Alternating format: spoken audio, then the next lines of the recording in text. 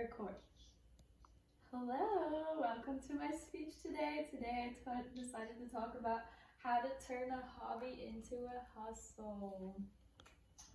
So for my introduction, I just decided to talk about it because it's significant to me, because I have a background with it, and it's significant because it helps you a lot with the cash flow or whatever you need financially.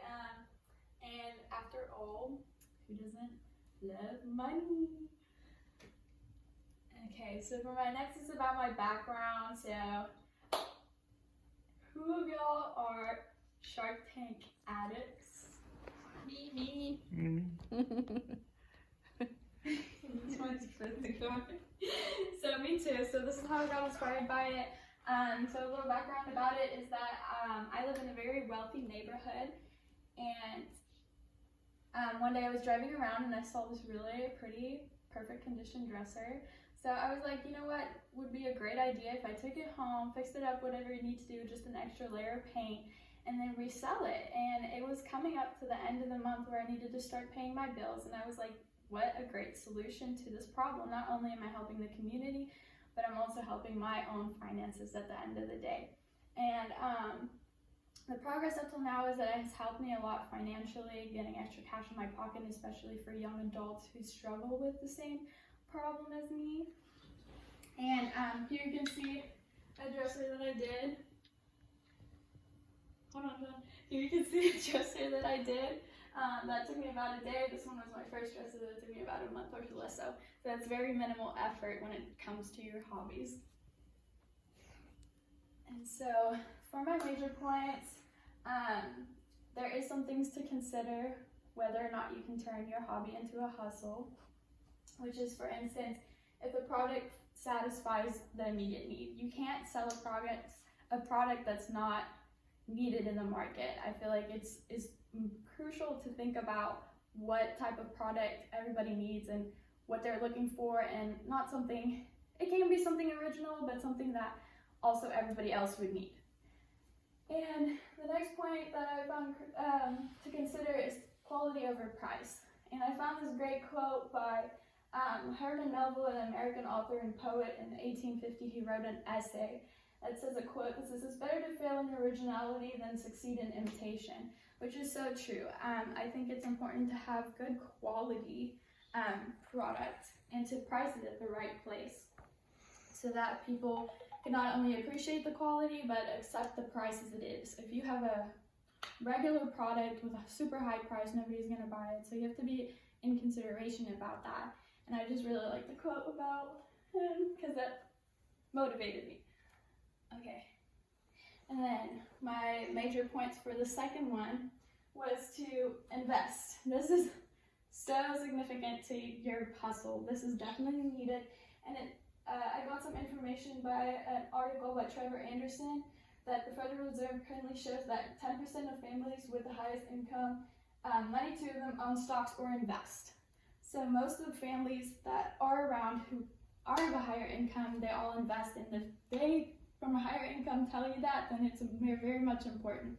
So I feel like in a business, it's important that you reinvest whatever you get so that you can grow and change the mindset and growth of your business. And the next point would be marketing.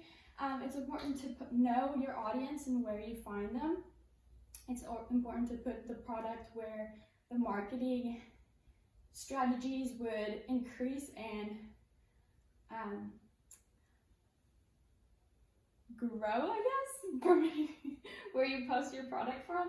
And then the next one would be sell. Selling would not always be from the first day. You'd have to keep selling it. It's a long-term process. It's not like the first day where your business booms all of a sudden. Like, you have to really put in time and effort and gain your customers to grow from that.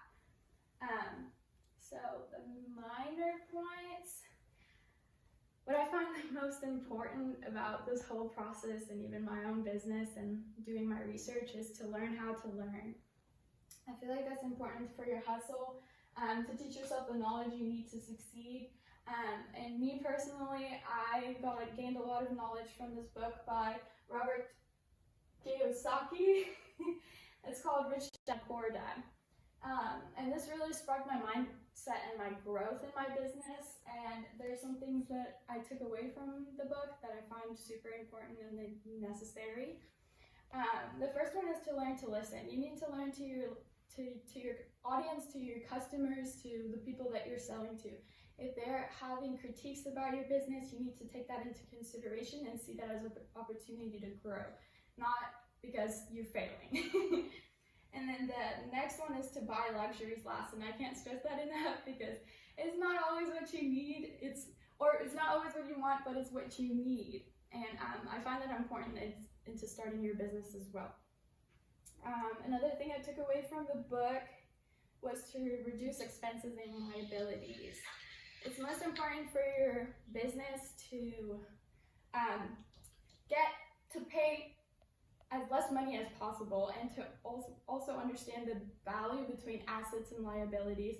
The whole goal into the hustle is just to reduce the expenses, so I feel like that comes naturally eventually, but it also comes to investing again. And then there's 3 little things that I also took away from the book was to work to learn and not work to earn. It's important. Sometimes it's easy to get distracted by the money that you're working for, but at the end of the day, that's not something you need to focus on. It's something you need to focus about how to learn and grow your business.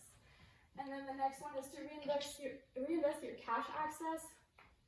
And going back to investing, it's very important to whatever you make from your hobby into a hustle, you need to reinvest into the business because that's the only way that it could grow, not only for your business, but for your financial stability. Mm-hmm. And then the last one is to surround yourself with people like-minded. It's very important to put yourself around people to not only learn from their problems that they had previously, but that they can learn from your problems previously too.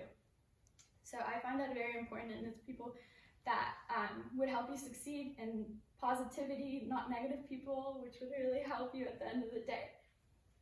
And then just my conclusion was to find something, it's really simple, just to find something you like, and whether that is services or babysitting, crafts, arts and crafts that you really like. I feel like it's really as simple as that, and just making it an original thing, investing into it, learning from it, and whatnot.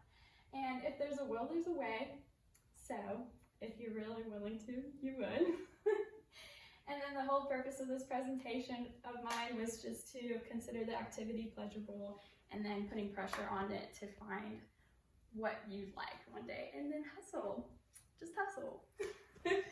Yeah. And those are my resources, and that's it. Yeah.